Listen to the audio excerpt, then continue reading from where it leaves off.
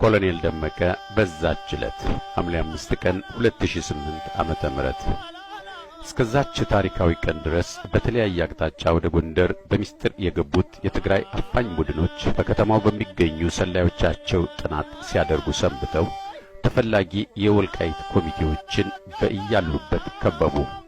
በውድቅት ሌሊት እጅ ስጡ በማለት ዋና ዋናዎችን በቁጥጥር ስር ማዋል ጀመሩ።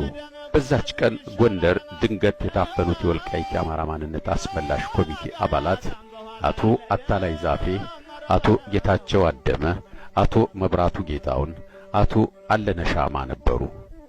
ቀስ በቀስ አብዛኛዎቹ በተገኙበት ተይዘዋል። አንድ ጀግና ግን ቀርቷል። ኮሎኔል ደመቀ ዘውዱ። ኮሎኔሉ ኃያል የጦር ሰው ነው። እነሱም ያውቁታል። እሳት የላሰ ነፍጠኛ ተዘጋጅቶ እንደሚጠብቃቸው ያውቃሉና የሱ ጉዳይ እጅግ አስጨንቋቸዋል። በሰላም እጁን እንዲሰጥ ለማግባባት አቶ መብራቱ ጌታውን ወሳኝ የስልክ ጥሪ እንዲያደርግለት አዘዙት። አቶ መብራቱ ደውሎ እኔ ተይዣለሁ፣ አንተ የምታደርገውን አድርግ ብሎት በጀግና ቋንቋ መልስ ሳይጠብቅ ስልኩን ዘጋበት። ብቻ ተግባብተዋል። አፋኞቹም የወልቃይቴውን ማንነት ስለሚያውቁ የታዘዘውን ለማድረግ እንዳልፈቀደ ገባቸው። ስተት ሰራል፣ ማስጠንቀቂያ ጊዜ ሰጠ ነው እንደሚሉ እርግጠኛ ነኝ። ለማንኛውም በያዙት መሳሪያና ቀናት በጨረሰው ዝግጅታቸው ተማምነው አቶ መብራቱን ከሌሎች ጓዶቹ ጋር አስረው ወደ ኮሎኔል ቤት ቀጠሉ። በኮሎኔል ደመቀ በር ተኮልኩሎ ምልክት ይጠብቅ የነበረው አፋኝ ኮማንድ ጠጋ ብሎ በሩን በማንኳኳት ለኮሎኔል ትፈለጋለህ፣ እጅ ስጥ የሚል ትዕዛዝ ሰጠ።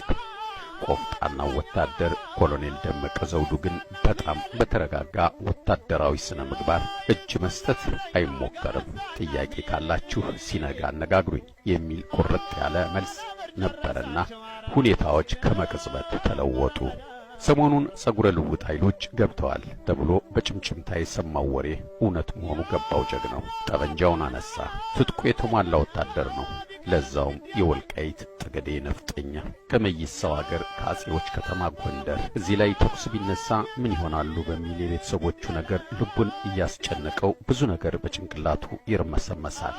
የተኛችውን ልጁንና እንደ አራስ ነብር ተሶርፋ የቤቱን ዙሪያ በዓይኖቿ እየቃኘች የባሏን እንቅስቃሴ የምትመለከተውን ሚስቱን አይዞሽ በሚል እይታ በዓይኖቹ ያነጋግራታል።